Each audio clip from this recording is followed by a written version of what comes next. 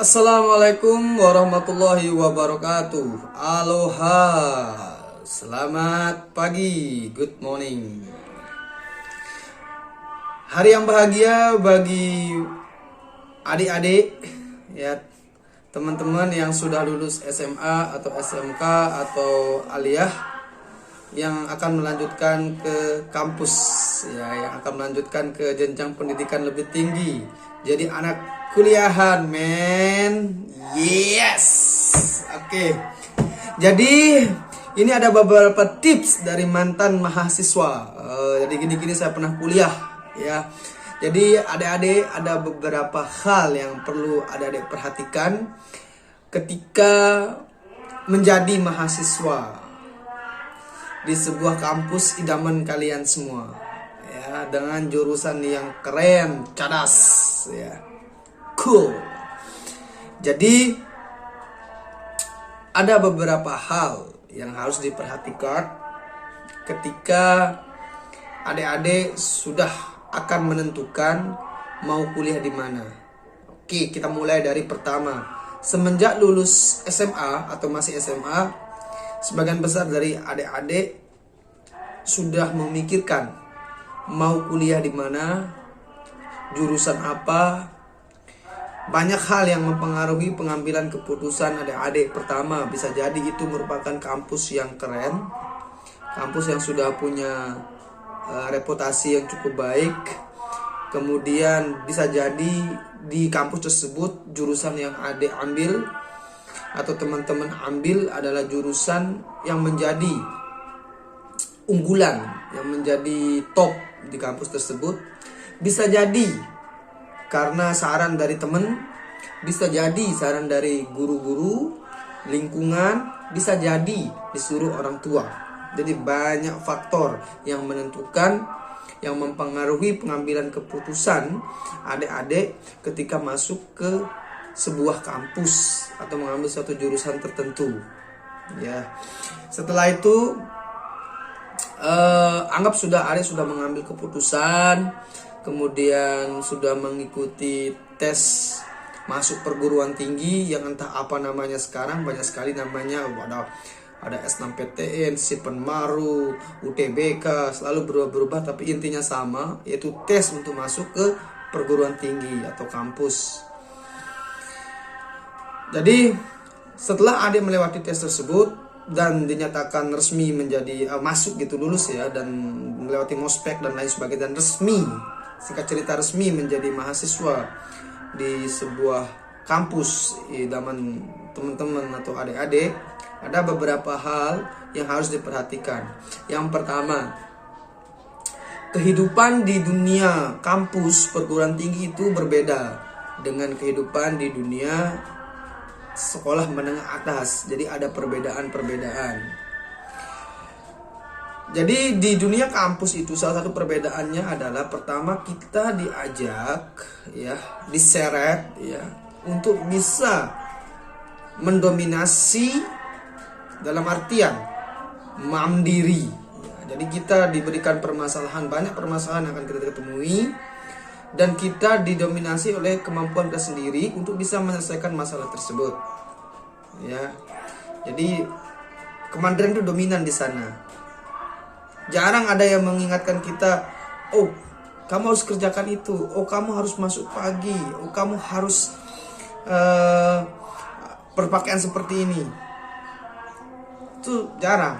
Jadi kalau di SMA kan mungkin masih, kalau nggak mengerjakan tugas kita masih dihukum lah, atau diperingati dengan keras dan lain sebagainya. Kalau di kampus sudah nggak, berbeda. Jadi jangan membawa kebiasaan, mungkin kalau ada kebiasaan seperti itu di waktu pendidikan sebelumnya di sekolah menengah atas atau SMK atau aliyah begitu ya, pendidikan sebelumnya itu dihilangkan, di stop ya, demi kebaikan. Karena nanti bakalan tugas itu, perkuliahan itu dominan itu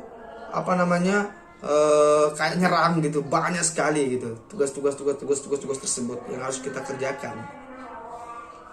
Itu yang pertama, ada perbedaan ya. Setelah itu langkah selanjutnya adalah tahu kampus tempat teman-teman kuliah.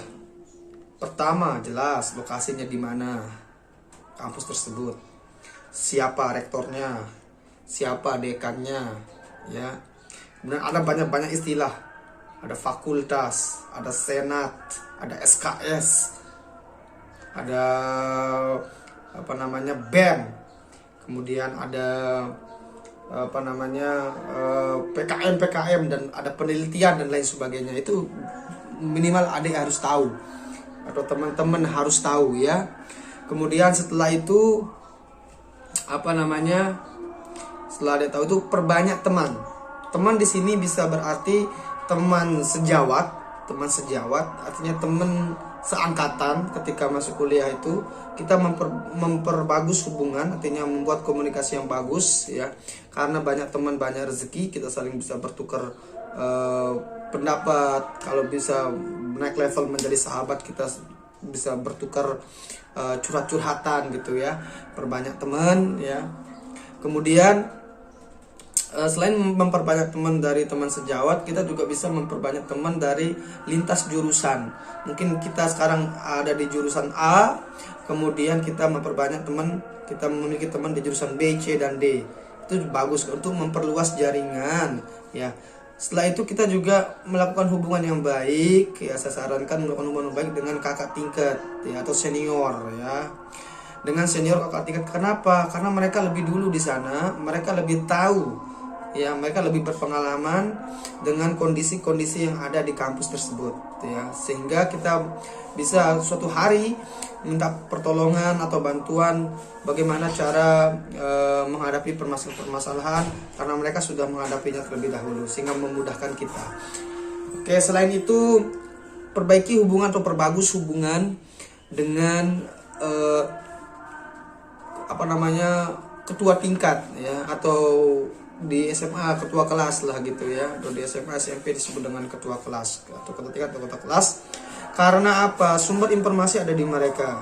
Keseringan dosen itu melakukan hubungan komunikasi tentang jadwal, kemudian tentang perkuliahan itu lewat ketua tingkat, ya, lewat ketua tingkat atau cutting atau apalah istilahnya, ya.